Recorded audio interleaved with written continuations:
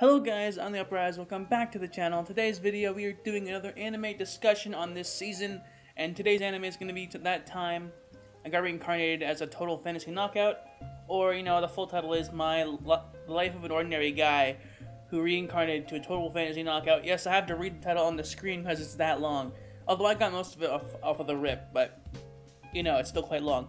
And as of current, there are 6 episodes, so we're halfway through the season, so I can make a pretty safe judgment on this anime as a whole, and I can safely say I like it. I'm always coming back on the Tuesdays to see this anime. It's nothing groundbreaking. It's nothing groundbreaking, no. It's just a regular old isekai with some rom-com, really good comedy in the mix, Less of the power fantasy, more of the comedy, and yeah, this main bread and butter is comedy, kind of like Konosuba in that kind of light, which makes it a lot better because it doesn't focus on like the fights that with like characters that the main character can beat. It goes in with like jokes and playing on things and like playing with the main character's situation, how he's like the ultimate beauty who can like bewitch anybody. So in that fashion, it just makes it hilarious when people like fall in love with this man or get charmed. Even when Jinguji, or the partner to Hinata, gets charmed as well. Even though he's not the guy who usually likes to hang out with women, even though his best friend returned to a woman. And the main goal in this anime, which is by the time I get to the plot, is to remove the curse and to get Tachibana Hinata's body back. Get him back to being a good old tried and true man again. But, to do that, they have to beat the Demon Lord, but that's really the longest way to it. Even then, in the beginning, the characters are like, nah, I don't want to do that shit, man, I don't want to do this. And to make it more funny, the love goddess who summons them, that's the goddess who summoned them. There's multiple goddesses in this show. There's like a darkness one we saw, and there's the love one we saw. There's like 2 already, I bet there's even more than that. But, yeah, at that point, she's like, okay then, fine. If you don't want to be the Demon Lord, then you can suffer with this. I'm going to give you guys a curse that makes you guys like kind of love each other in a way, or attracted to each other. That's a better way to put it. And they kind of have to fight it off because they both know that they're like 30-year-old men on the inside. So it's like, oh shit. You cannot be falling in love with each other, man. You can't be doing that. You can't be attracted to each other because, again, you're both man on the inside. Even though Tachibana gets turned into a woman on the outside, he's still a man on the inside, which is the most important part to Jinguji, who's like very uptight about this, and he's just goal-oriented. He wants to get to the goal of defeating the Demon Lord so he can go home and to get Hinata back into his male form so they can be best buds again with no problems. And that's like the main goal of this show. But it does take its time. I mean, you don't really feel like the main goal isn't really the fun part about this show. Like, the ending is not the good part about this show at all. The good part is the journey. Because it's like, you're going with the comedy, like, you go to a village where like people like worship Tachibana because her ability to charm people, and like they'll just worship her as a goddess because that's how it is. Like, that's how they do. Or bandits wanting to capture her because she is like a total knockout, just like cool little plot points like that.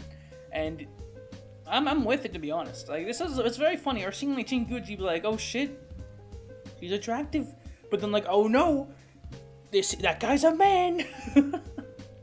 So it's like, you gotta go with it, man. You gotta go with it. And like, I like the complex too, like the character too. Like there's like some little bit of like characterness into the main character, where like he had a complex about his name because apparently it's a girl name, and he was like, oh no, I don't like having a girl name when he was a kid, and it's kind of a complex to him. And then he becomes a girl. And it's like, oh shit, oh shit.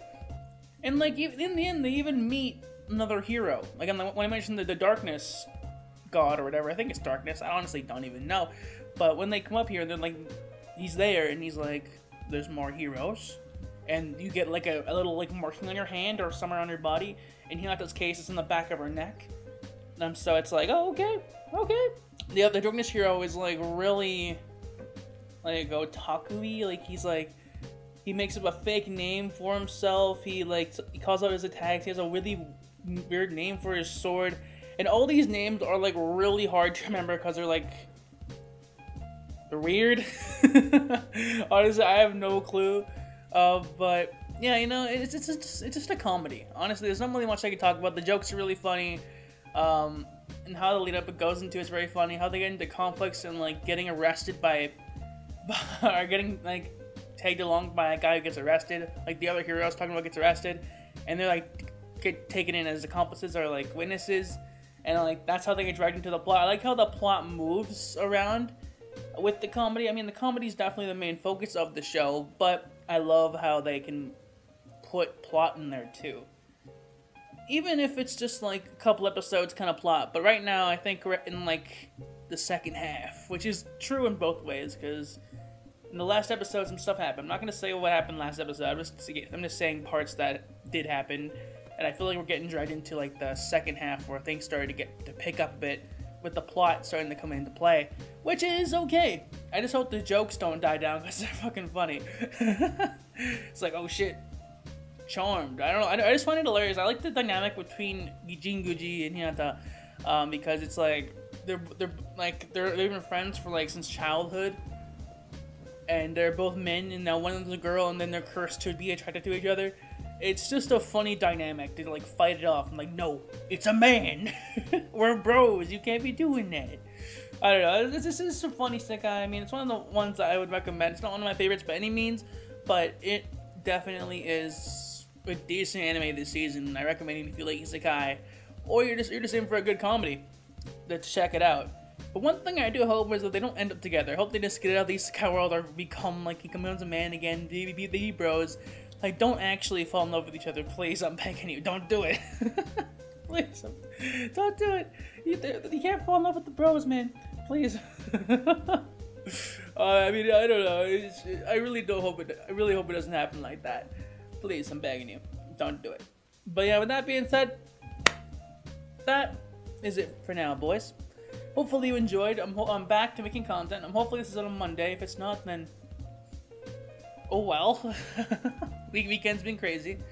Yeah. So with that being said, I'll see you guys next time. Like, subscribe to the channel because we're pretty down bad right now. We've been at 280 for like how many months?